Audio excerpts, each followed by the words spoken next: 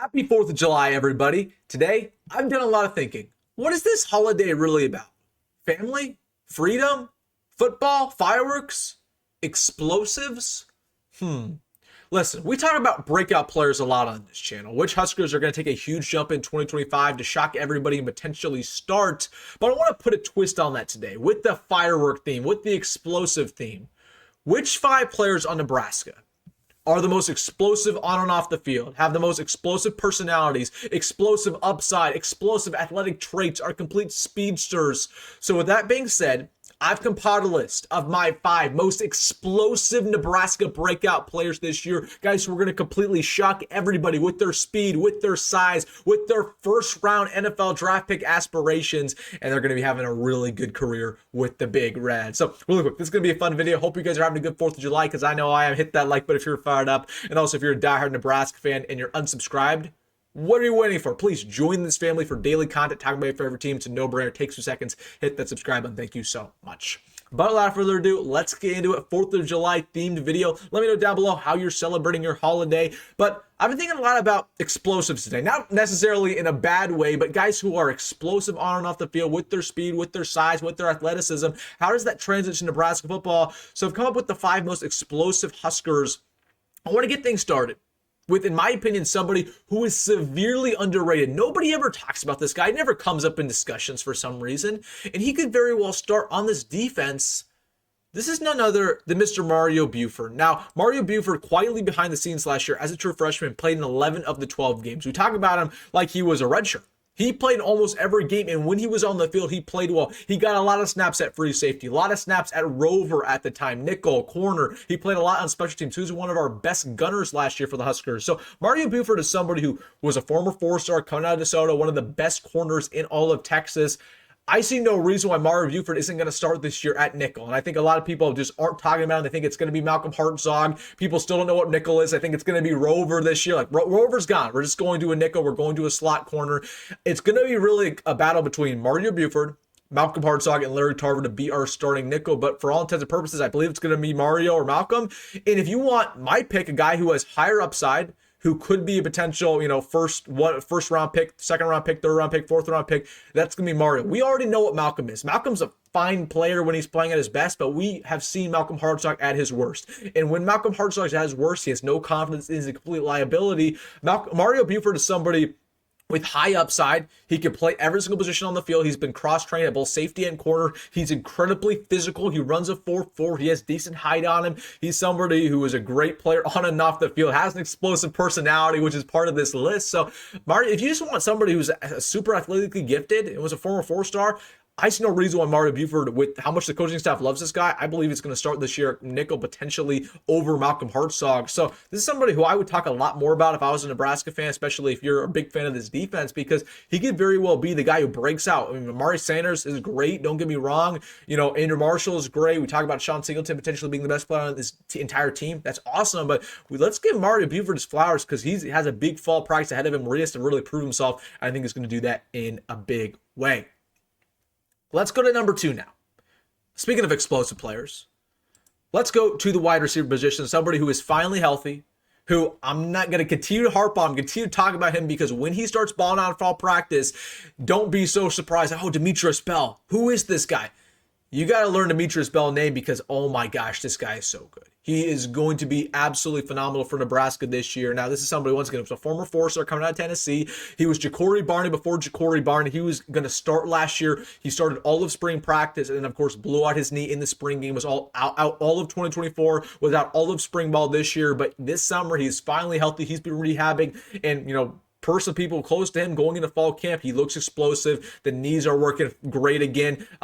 Basically better than they were before. He's still super fast, has great hands, great route running. Demetrius Bell, there's a reason why he didn't enter the portals, because he really believes in the kill shorts and believes he can play a lot this year. So I know we get excited about, Cortez, Mills, Isaiah Mozee, and that's awesome. But Demetrius Bell, in my opinion, could very well be the 4th best receiver on this team, not named, of course, Jacory, Dane, and Nyziah. So Demetrius Bell is somebody who, once again, has a big fall camp, but you want an explosive wide receiver who's a former 4-star who literally was Jacory before Jacory. Again, both of those guys were on campus last spring in 2024, and Demetrius Bell was outperforming it every single day. Like, that doesn't happen if you're some bum receiver. Like Demitrius Bell was really, really good. He was starting all of spring ball, and this is somebody who Nebraska, they believed that they were going to get potentially somebody who's going to have 500, 600 receiving yards last year. Of course, he got injured, but now we're going to see that this year for Demitrius. So, man, I'm excited for him to break out in a big way. It's almost a given. We know what he is. He's finally healthy. Just got to stay that way. Got to stay healthy. I'm hoping he does. Then let's go to the running back position. Speaking of explosive athletes, who's going to explode at the running back position? It could be an Nyziah Mozee. It could be a Quinn Ives. It could be a Conor Booth. But if we want an explosive athlete, a guy who runs a 4.4, a guy who has, the upside to be one of the better running backs in the Big Ten, give me Jamarion Parker this year. And the big thing around Jamarion for me is I do believe at the end of the year, like if everything works out with him, he's going to be splitting carries with Emmett. Emmett's obviously going to be running back running back one no matter what. But Jamarion Parker, he has the ability to split carries at the very minimum just because of his athletic upside. I think he has a way higher upside than Emmett Johnson. So Jamarion Parker, the main thing around him is once again proving again that he is so much better than Quinn Ives in fall practice, and with his upside, with his speed, with his explosiveness, with the ability to even lower the shoulder. But more than anything, when it comes to Jamarion Parker, it's about being a smart running back, reading the offensive line, shooting through the A gap, B gap, and then putting on weight. That's the main thing with Jamarion Parker, and that's something that EJ Barthel talked about a lot in the spring, where Jamarion Parker, he was shining, he was looking very good, but this dude got to get to 200, 210 pounds at the very minimum. It's the Big Ten's a physical league. So Jamarion, that's really about, the main thing I'm looking out for. What weight will he clock in at when he gets back to Lincoln in the fall? Is it going to be 200? Is he going to be short around 190? That's really going to indicate if he plays or not. But if you want an explosive running back, I think he should be our running back too this year. Pretty much no question about it. Then let's go to defense. This is another guy who I just think doesn't get talked about enough. We obviously like to hype up, the Williams Nwaneri's of the world, the Samakolas of the world. And again, that's fine.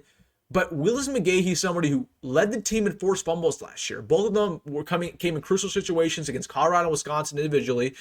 Sealed the game by stripping off Shedeur Sanders. Again, this is somebody who's elite. I think he has an elite upside. We know that his dad was an elite running back with the Miami Hurricanes back in the day, so he has a great motor, great speed off the line of scrimmage, has a nice swim move, and he's always trying to strip that ball out for a good reason. So Willis McGahee is somebody who, in my opinion, is the dark horse to lead this team in sacks. And I think it's not even like a dark horse prediction. It could very well happen. I think it's really going to be a 3-horse race.